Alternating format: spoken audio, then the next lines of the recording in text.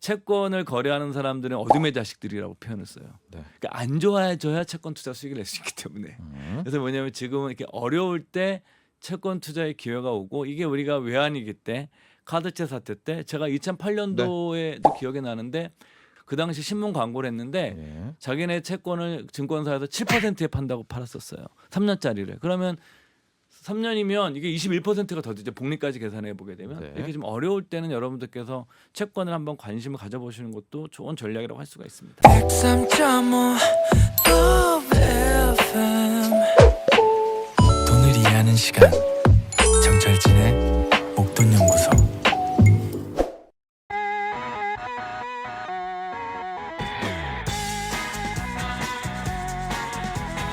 투자를 할 때도요. 이런저런 다양한 지식이 많은 도움이 됩니다. 알아두면 언젠가는 쓸데 있는 투자 잡학사전 알쓸투잡 미래에셋 투자와 연금센터 이상건 전무와 함께합니다. 안녕하십니까? 예, 반갑습니다. 네, 추위를 많이 타시는 이상건 전무. 요즘에 이제 좀 든든하게 입으셔야죠. 그래서 오늘 좀 두꺼운 옷 입었습니다. 네. 얇아 보여도 네. 안에 그 털 같은 게 있어가지고 이게 초겨울까지 입을 수 있는 옷입니다. 저희 이제 시황해주신 김건진 부장도 요즘에 증권사도 예, 자율 복장. 그렇죠. 저희도 그러고 있어요. 예, 저희도 그래요. 예. 그러면 양복을 이렇게 입고 일주일에 한 번 정도? 거의 안 입죠. 그러니까 올해 공식적인 행사 같은 거 있거나 네. 아니면 뭐 대외적으로 어떤 미팅 같은 거 있는데 음. 좀 격식을 차려야 될 자리가 아닌 다음에는 네. 굳이 안 입죠. 제가 그래서 가끔 여의도를 가는데 물론 이제 우리 이상건 전무 사무실은 시내에 예, 광화문 쪽에 있습니다. 저는. 진짜 많이. 옛날은 그 흰 와이셔츠에 그 그렇죠. 한여름에도 다 그러고. 전 지금도 기억나는 게 제가 첫 직장이 보험회사였었거든요. 네. 그러니까 이제 긴팔 와이셔츠 그때는 여름에도 반팔 와이셔츠 못 입게 했었으니까 긴팔 와이셔츠인데 접어 입잖아요. 네.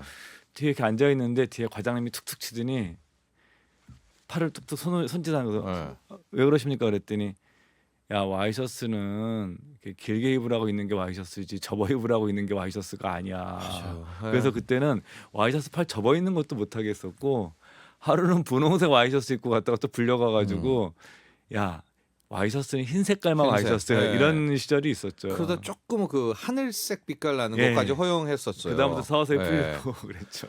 하고 그 반팔 와이셔츠를 왜 그렇게 못 입게 했는지. 그쵸. 예. 와이셔츠는 긴팔이다. 반팔 와이셔츠는 안 된다. 예. 또 옛날에는 다 집에서 다리미로 직접 다려 입었잖아요. 네. 그러니까 반팔이 훨씬 좋거든요. 빨리 다리니까. 긴팔 다릴 때 제일 어려운 게 이 소매 다리는 게 어려워요. 네. 이 팔, 양쪽 팔. 음. 예. 저희가 왜 이런 이야기를 하냐면 이제 오늘의 주제 채권인데 예. 지금 주식시장, 채권 시장에서 그렇게 우리가 이 복장, 드레스 코드를 강조했던 한 세대가 있었습니다. 한 예. 시대가. 예. 그러나 지금은 많이 달라졌고요. 예. 오늘의 주제 채권입니다. 채권. 한 청취자분이 채권이 너무 궁금하다. 채권 금리와 채권 가격의 관계. 또 일반인이 하는 채권 투자와 예. 앞서 말한 것처럼 그런 한여름에도 흰 와이셔츠를 입어야 되는데 입고 넥타이까지 매는 그런 분들이 하는 매니저가 예. 하는 채권은 채권 투자가 또 다르고요. 완전 다르죠. 예. 오늘 뭐 그렇게 긴 시간은 아니지만 저희가 빠르게 정리를 해보도록 예, 하겠습니다. 최근에 이제 금리가 오르면서 채권에 대한 관심도 많으시고 또 언론에서도 채권 투자에 대해서 굉장히 많이 보도가 되고 있어요. 네. 그리고 또 돈이 많으신 분들은 뭐 지금도 그렇지만 예전부터 채권 투자 계속 해오셨거든요. 근데 더 많이 하시는 거죠 최근에는. 게다가 이제 국채가 예. 큰 문제잖아요. 국채 금리가. 그렇죠. 그러니까 채권도 궁금한 거예요. 더. 그리고 또 요즘 채권을 지금 증권사에서 판매를 할 때 월 이자 지급식 채권도 팔아요. 그러니까 이제 생활비로 이제 돈이 많으신 분들 중에 안정적으로 매월 이자를 받고 싶은 분들이 계시잖아요. 예. 또 이런 수요가 많이 커졌기 때문에 이런 채권들은 지금 뭐 내놓기만 하면 몇천 원씩 금방 팔려 나간다고 그러더라고요. 예, 그래서 여러분들 자. 같은 오늘은 어려운 채권 얘기가 사실 채권 깊이 들어가면 저도 잘 몰라요. 이게 굉장히 어렵기 때문에 네. 주식은 심플하거든요.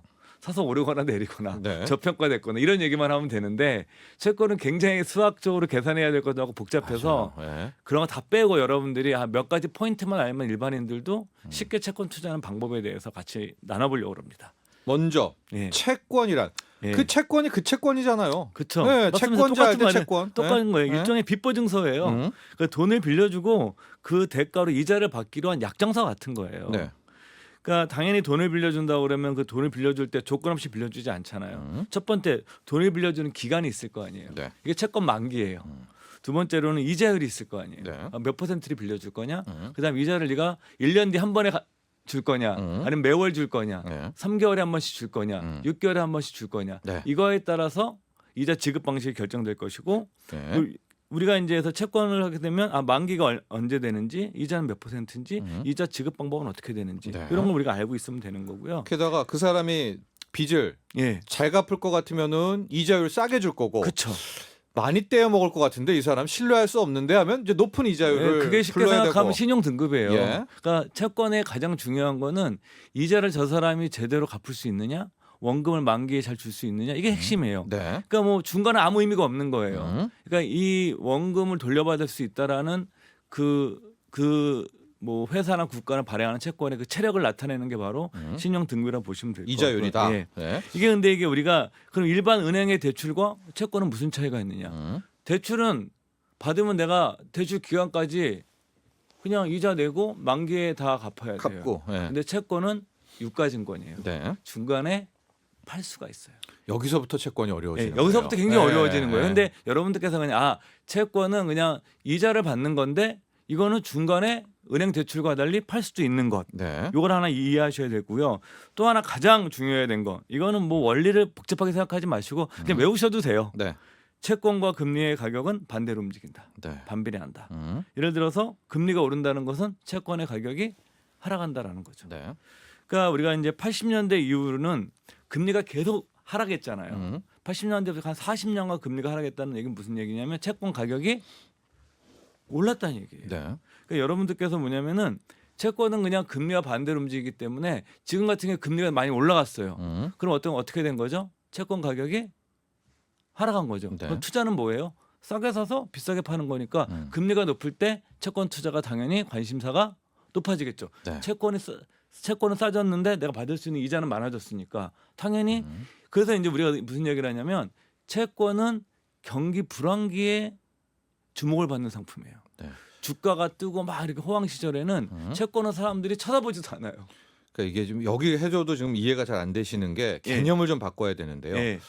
우리가 이제 이상권 전무한테 제가 이제 이 채권자예요. 예. 돈을 빌려주고 이제 3년 뒤에 뭐 연 10%로 예. 너 갚아라. 예. 이자 내고 갚아라고 이제 예. 했어요. 그럼 예. 이제 제가 채권 증서가 있을 거 아닙니까? 예.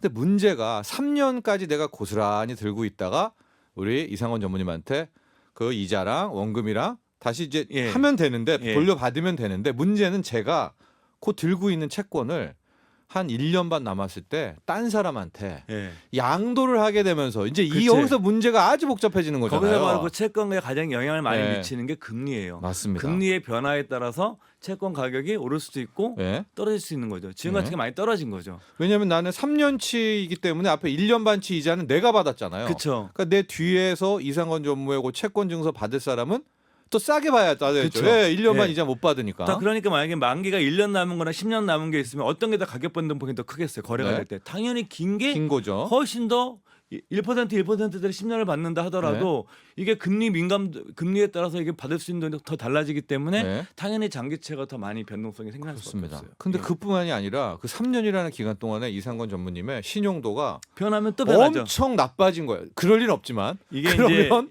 이제 뒤에 받는 사람은 야 내가 이거 못 뛸 것 같은데 그 예. 가격에 안 받지라고 해서 이제 이게 중간에 채권을 돌리면서 되게 복잡해져요. 예전에 2000년대 초반에 카드사 대란이 난 적이 있었어요. 그때 카드사들이 자금을 조달할 때 채권을 발행하거든요. 네. 그 일종의 카드채라고 합니다. 네. 우리 통칭해서 그냥 원래는 금융체 중에 하나지만 그냥 카드채라고 불러요.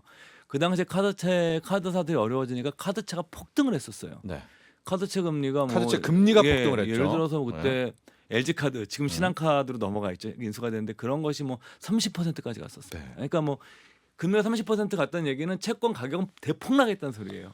그렇죠. 자 이것도 여러분 생각해 보죠. 이제 이 카드사가 망하니까 예. 그 가격을 그 소위 말하는 누가 그걸 사겠습니까? 그쵸. 그러니까 가격 몸값은 떨어지는데 그거를 받으려는 사람은 리스크가 있으니까 네. 야 금리는 훨씬 높아야 훨씬 돼. 높게 된 거죠. 네, 그러니까 이렇게 폭등을 되는 거죠. 했었죠.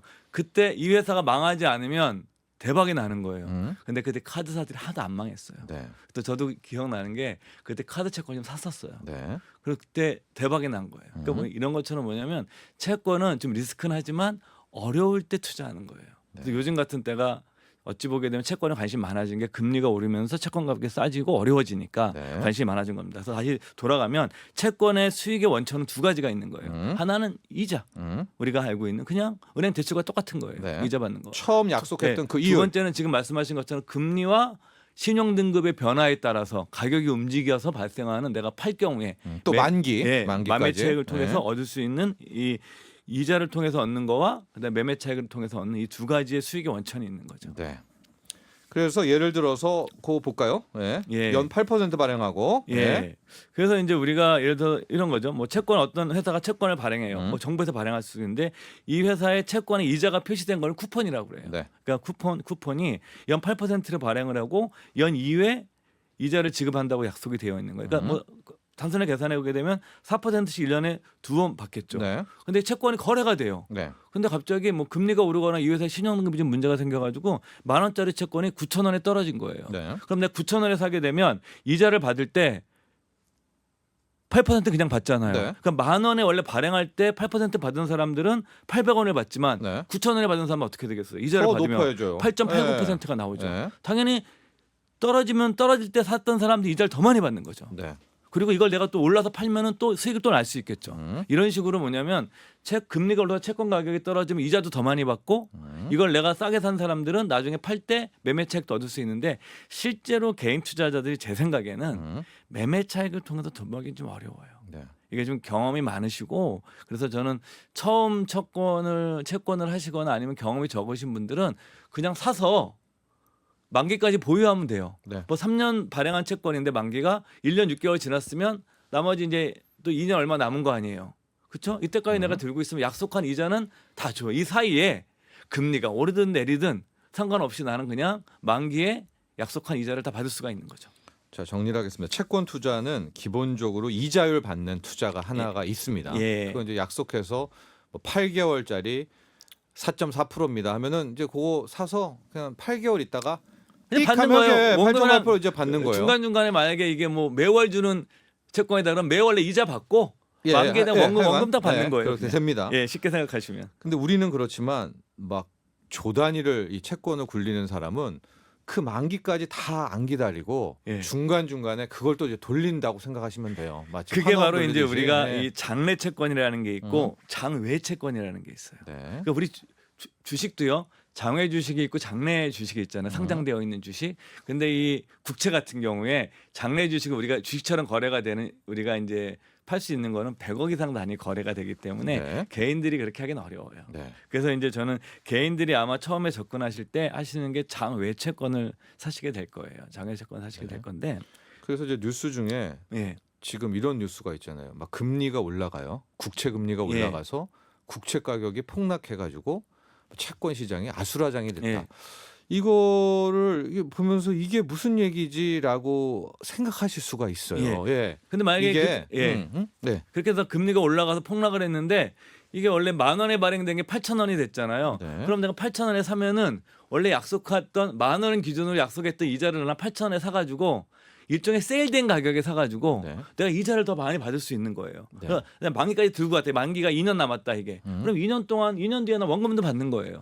그러니까 이렇게 뭐냐면 금리가 올라가서 채권 가격이 폭락했다 그러는 게 사가지고 만기 보유하고자 하는 사람들한테는 채권을 싸서 이자를 더 많이 받을 수 있는 기회가 되는 거죠. 네. 그러나 예. 이게 왜 위험하냐 그 얘기를 하려고 하는 거거든요. 예. 우리처럼 한 알 들고 있는 게 아니라 수십 조를 들고 있는 사람은 금리가 튀어 올라 버리면은 앞서 말한 것처럼 가격이 폭락하니까 보유 자산이 완전히 완전 쪼그라듭니다. 줄어들죠.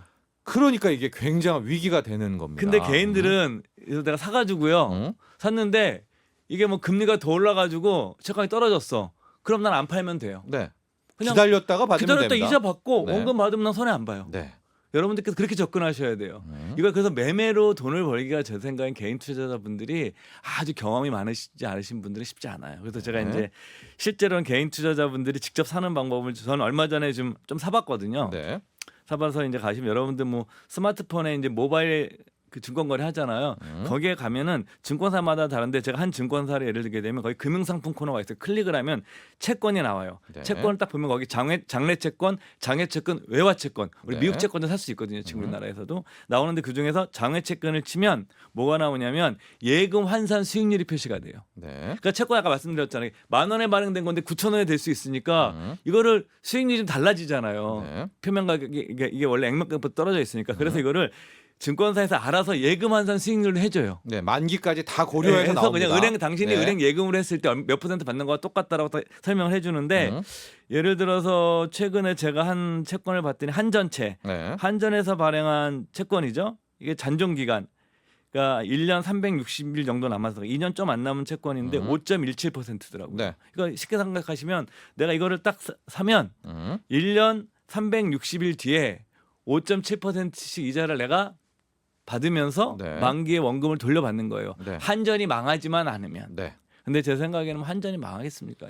이제 이게 개인들이 할 수 있는 그쵸. 기본 채권 그래서 투자입니다. 여러분들이 사실 때 우리가 이런 시쳇말로 알채권이라고 그러거든요. 네. 기관 투자가들은 여러 채권을 타서 만기도 분산하고 종목도 분산해가지고 이렇게 분산 투자를 하지만 개인들이 그렇게 하기가 어려워요. 개인들은. 네. 그래서 개인들은 채권을 직접 사서 이자를 받고 만기까지 가져가는 이런 전략이 저는 가장 손쉽고 편하고 근데 그럴 때 종목을 어떤 걸 골라야 되느냐 일단 우량한 기업으로 사야 돼요. 뭐 정부에서 네. 발행한 국채를 사시거나 국채도 지금 한 4% 나오니까 근데 우량한 회사채인데 최근에는 만약에 은행채들이 많이 나와요. 네. 뭐 우리금융주주라든가 신한금융주 이런 데서 채권들을 많이 발행하거든요. 이런 것들을 보게 되면 거의 한 5%까지 받을 수 있으니까 여러분들께서 아 나는 5% 정도 받아서 만기까지 가져갈 수 있겠다. 이러신 분들은 굉장히 손쉬운 전략이고 채권 투자를 하시게 되면 저희 약속드릴 수 있는 것 중에 하나는 우량한 채권을 사더라도 은행 예금이자 항상 더 많이 받을 수 있어요. 예. 뭐 세금 이런 부분은 나중에 또 저희가 설명해 드리도록 하고요. 회사채 중에서 이런 게 있어요. 만기가 한 6개월 남았는데 9%를 준다고 해요. 예. 그 회사 어떤 기업이에요. 예. 이럴 때는 약간 주의할 게 있죠. 아 그런 회사들은 뭔가 사정이 있는 거예요. 네. 근데 저는 그런 것들은 소위 말해서 선수들은 해요. 근데 초보하시는 분들은 저 같은 경우는 안 해요 그런 거를. 네. 왜냐하면 분석해야 되고 따져야 되고 복잡해요. 그리고 비정상적으로 이 회사가 이자를 많이 주는 건 똑같은 거거든요. 급전을 쓰고자 하면 더 많은 대가를 지불해야 되는 거예요. 개인들도 네. 마찬가지잖아요. 사채 이자가 더 비싸잖아요. 그런 그래서? 것처럼 당연히 그 회사의 무슨 신용 상태에 기업의 어떤 기초 체력에 무슨 문제가 생길 등이 높기 때문에 지나치게 많이 제시되는 채권은 안 하시는 게 좋고 제가 이제 뭐 몇 개 증권사 들어가서 방송 준비하면서 네. 이제 봤거든요.